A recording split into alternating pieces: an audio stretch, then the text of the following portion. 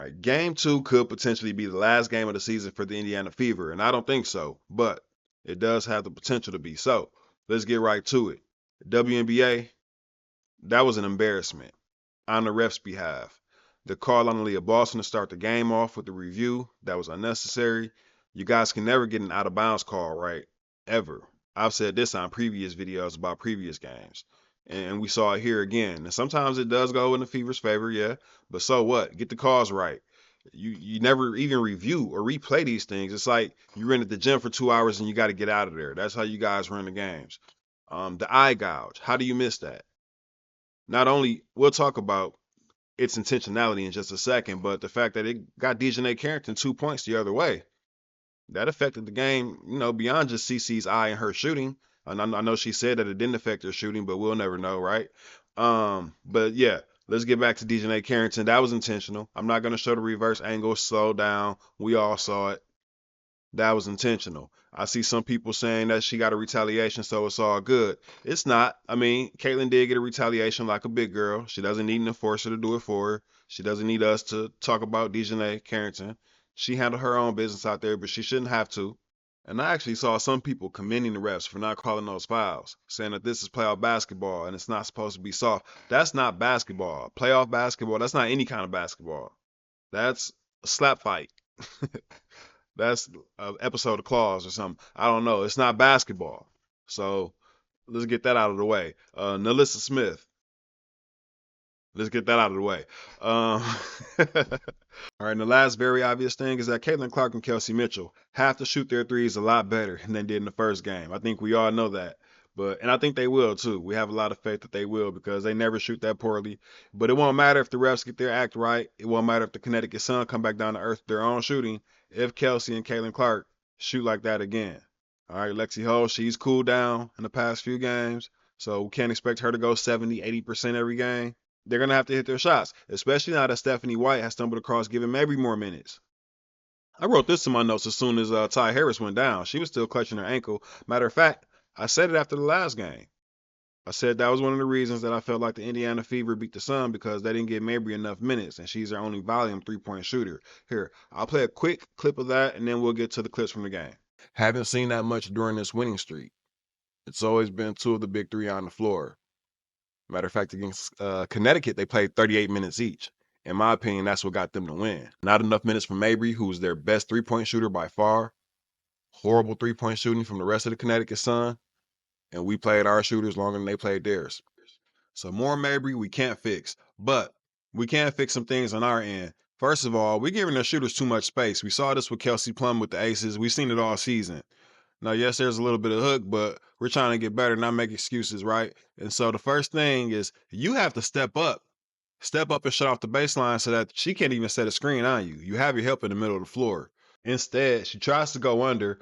Her and Aaliyah Boston are in the exact same spot, defending the exact same location. Hook or no hook, she's not making it to close out on that.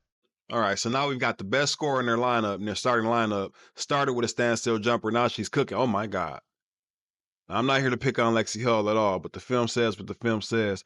Whatever energy drink she took that had her hopping around, it was good for her on the offensive glass. It was horrible for her on defense.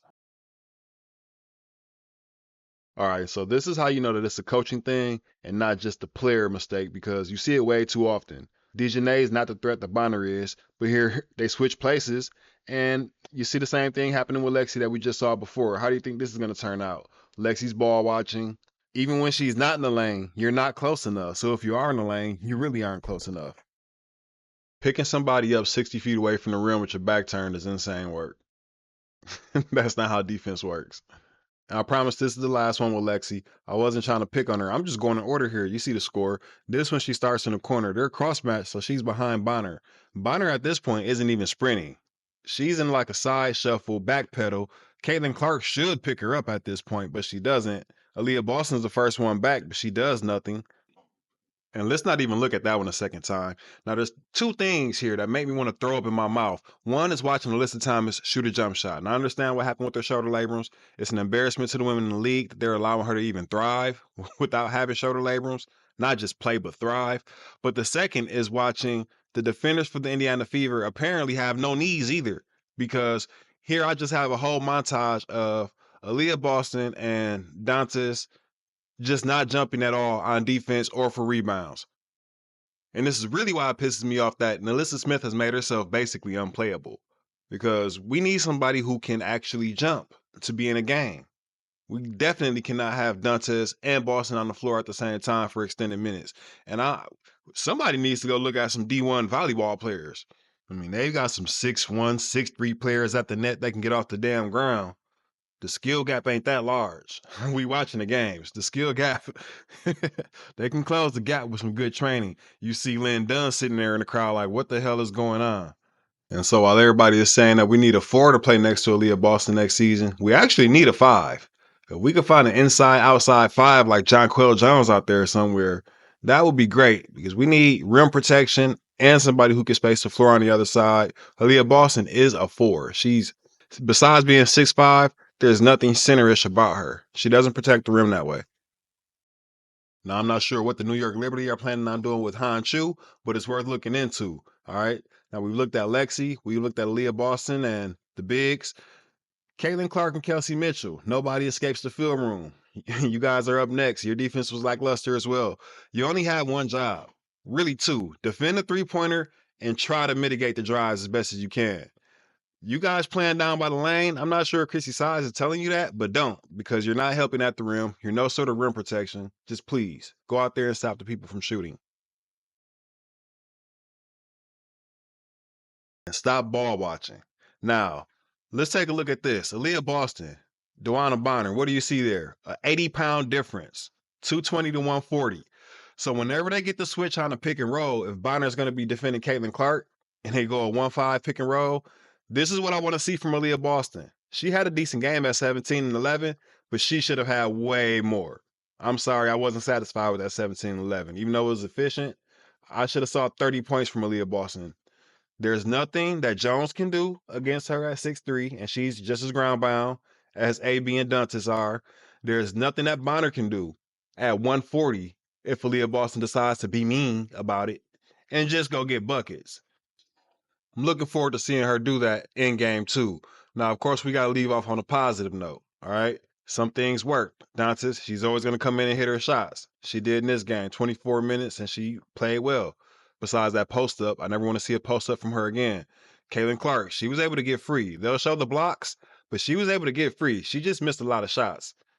If she can finish game 2 with 2 good eyes and at least 3 functioning limbs, and I have a good feeling this thing is coming back to Indiana for game 3, and the Connecticut Sun won't make it out of there with the W. If not, then I'll be back with my first week of NFL coverage, and I'll be talking about the USC Trojans and Iowa Hawkeyes, all right? Either way, I'll be back after the game with the recap. I appreciate you guys watching this one. Catch you on the next one.